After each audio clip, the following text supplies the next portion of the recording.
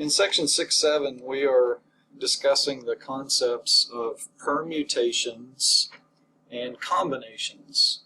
And my goal with this lesson is not only to show you how you can count permutations and combinations and eventually be good at solving problems that involve these two concepts, but initially I need to make sure you understand how to determine the difference between what a permutation is versus what a combination is, because you really need to understand that difference so that when you, for example, read a word problem, you need to have a good understanding of which of these you're actually dealing with. Does the word problem represent a permutation, which is calculated a certain way using your calculator, or does the problem represent a combination, which is found a completely different way using your calculator? So this is hopefully going to help you distinguish between these two math concepts. So right off the bat, let's define each of these concepts. A permutation is very simply an arrangement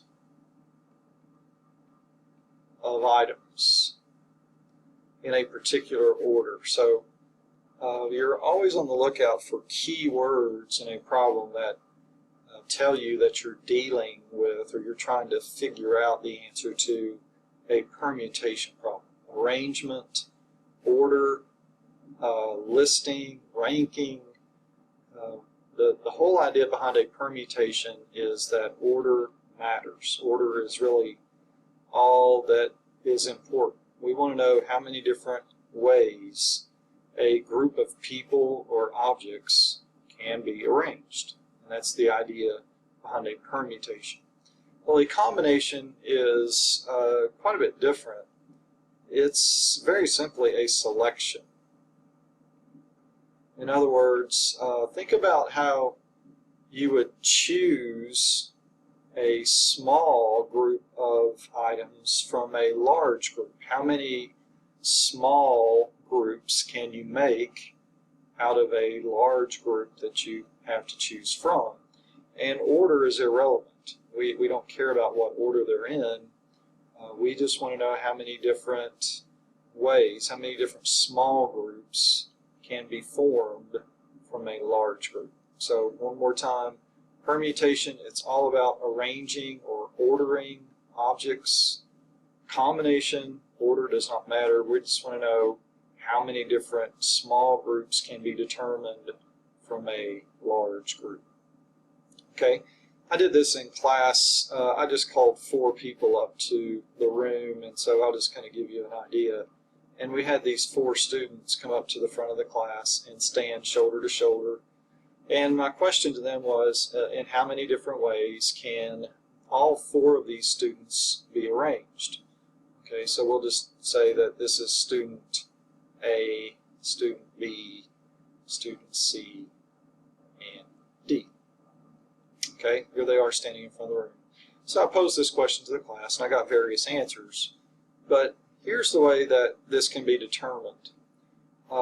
And again, we're looking for arrangements. So if we think about this person in spot A in this location, and we have 4 different people that we're arranging, well, there's really 4 different options for people that can occupy this location, this part of the arrangement. And so therefore, if there's 4 people available for this first location, that means that there's only 3 people available to occupy this second spot, obviously because one of the people would be in this spot. Which means then if these 2 spots are taken, there's only 2 people available to occupy this third spot. And then finally, if all 3 of these spots are taken, then obviously there's only 1 person left that can occupy this 4th spot in the order. So what we came up with is what is called the multiplication counting principle, which says if you multiply these together, the number of possibilities for the first position times the second position times the third times the fourth. That will give you the total number of ways that these 4 students can be arranged.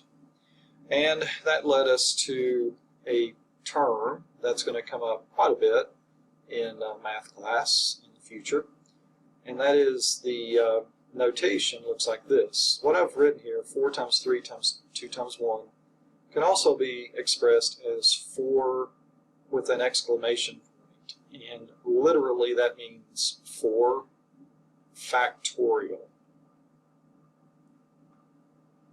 So when you see in math class the exclamation point, you're going to read it as factorial.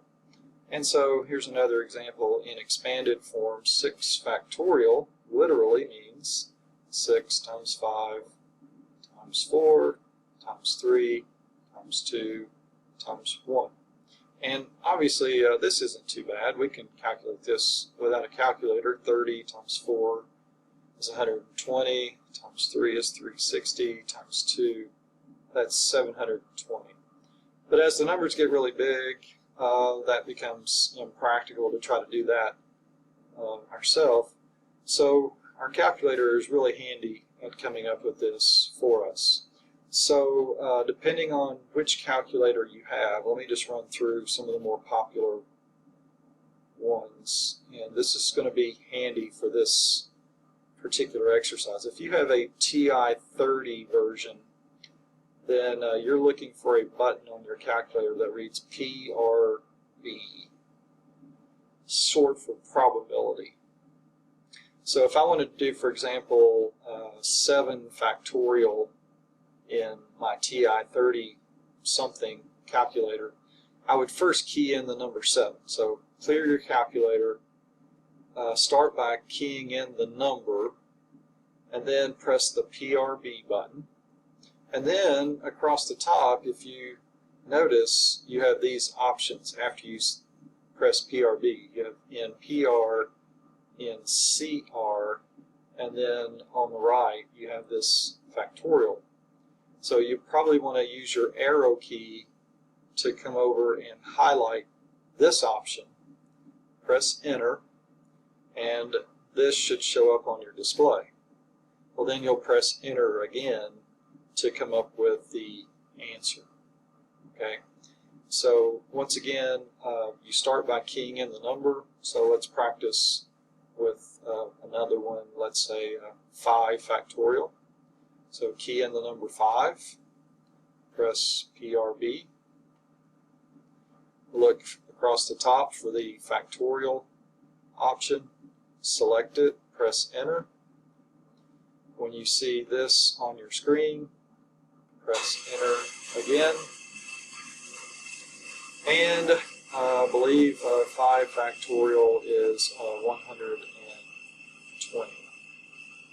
Okay, 5 times 4 times 3 times 2 times 1 is what it's calculated as. Okay, 20 times 3 is 60 times 2 is 120. Okay, so that's for the TI, and most people have this version of calculator. Some other people have the graphing calculator, either the TI-83 or 84, and it's a little different. You do want to start off by keying in the number, just like we did before. So if we wanted to find 5 factorial, then we would key in the number 5, and then you're going to, if you have this version, you're going to find the button that spells the word math. Press that button, and then on your screen you're going to have several options across the top, and I believe over on the far right you're going to see the PRB option. So go over, arrow over, select it, highlight it, and press enter. Or I think you can just highlight it if I remember correctly. And then you're looking for, in a list of options, and I'm trying to do this from memory, I think it's number 4, 3 or 4, something like this. You're going to see that factorial option in the list, so choose it, press enter. And And then your calculator should, once you've selected that option, should show this on your display, so you'll hit enter again to actually do the calculation. And it should show you again 120. Just real briefly, there are a few people out there that have a Casio, so probably what I would recommend is look for a button that looks like this. And many of them require that you use the shift key or button in conjunction with this option, whatever that key is. So you might want to be on the lookout for this button. And I think I've covered the ones that are most commonly used. And if you have questions, you can always send me an email and we can figure it out. Okay, so let's just do this example. I've got 12 students waiting to enter a van. Just think of 12 students in a single file line. And how many orders can they enter? So the keyword order tells me that I'm dealing with a permutation. How many different ways can these students be arranged? And it's significant that I'm arranging all 12, because this makes the answer to this problem very simple. Since I'm arranging all 12, then I'm going to do 12 factorial in my calculator.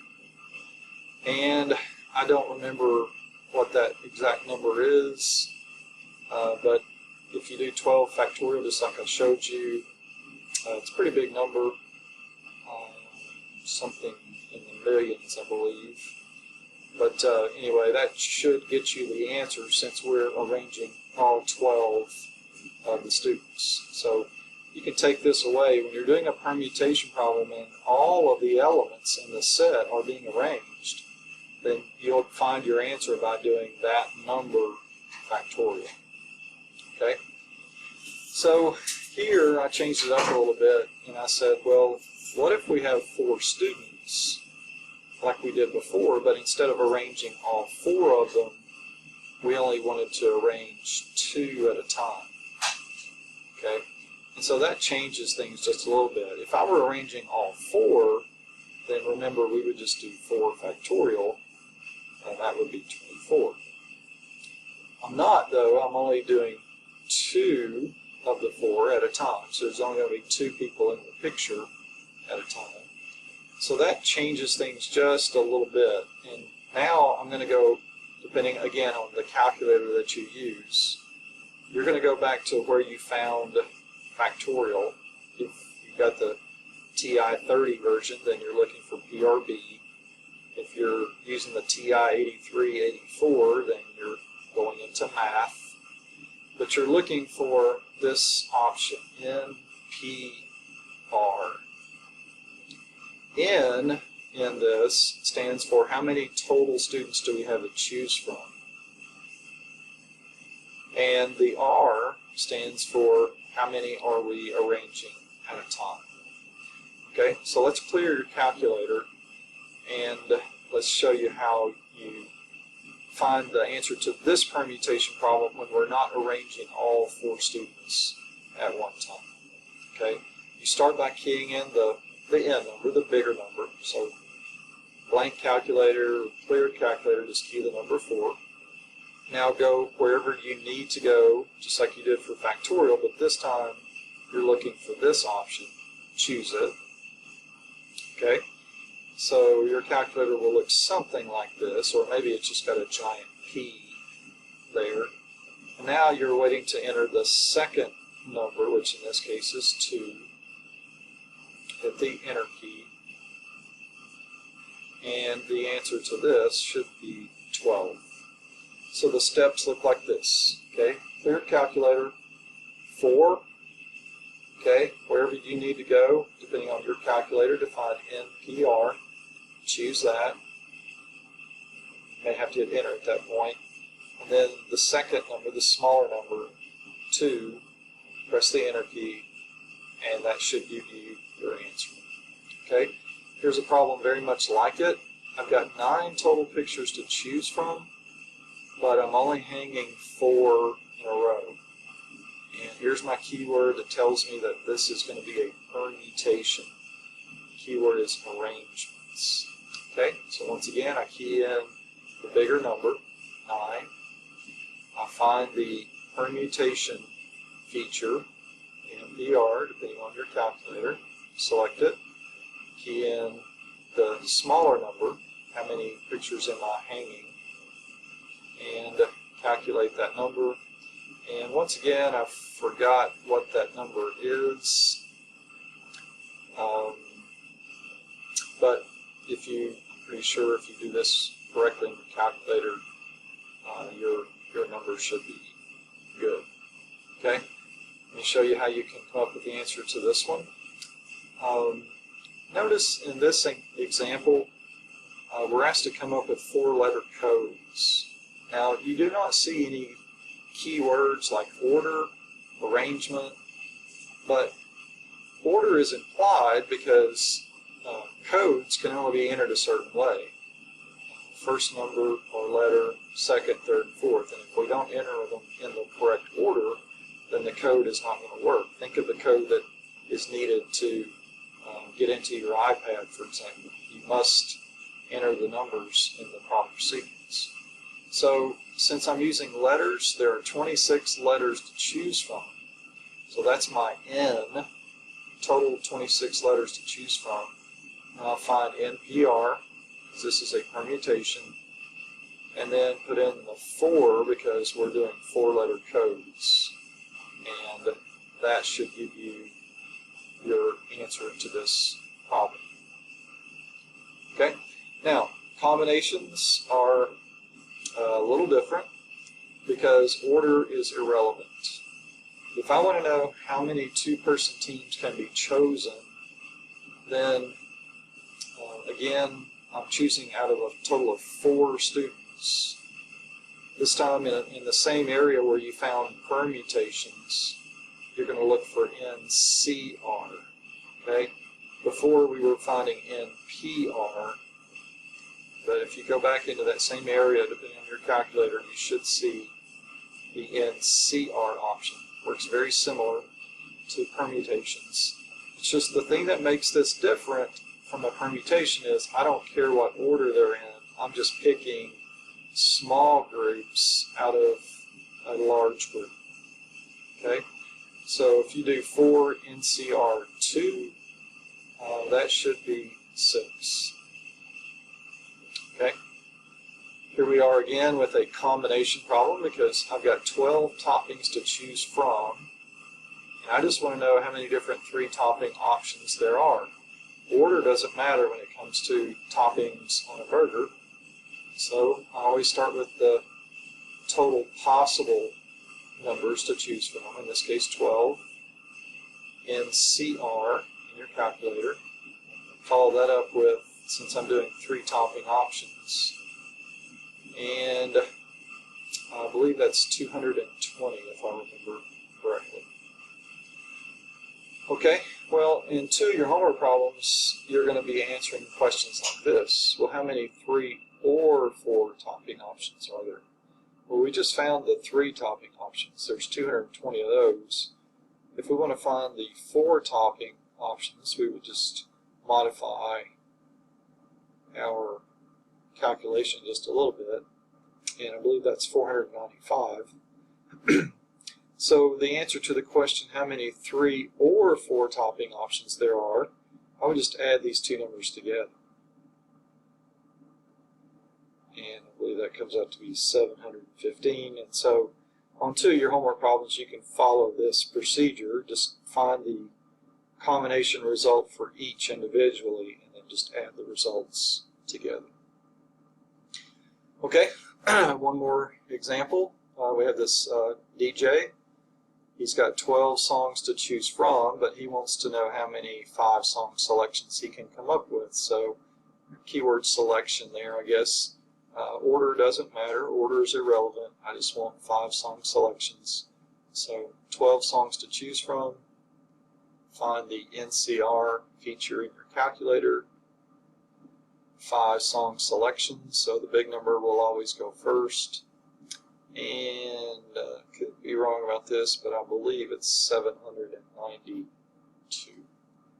Okay, but that definitely is how you would plug it into your calculator.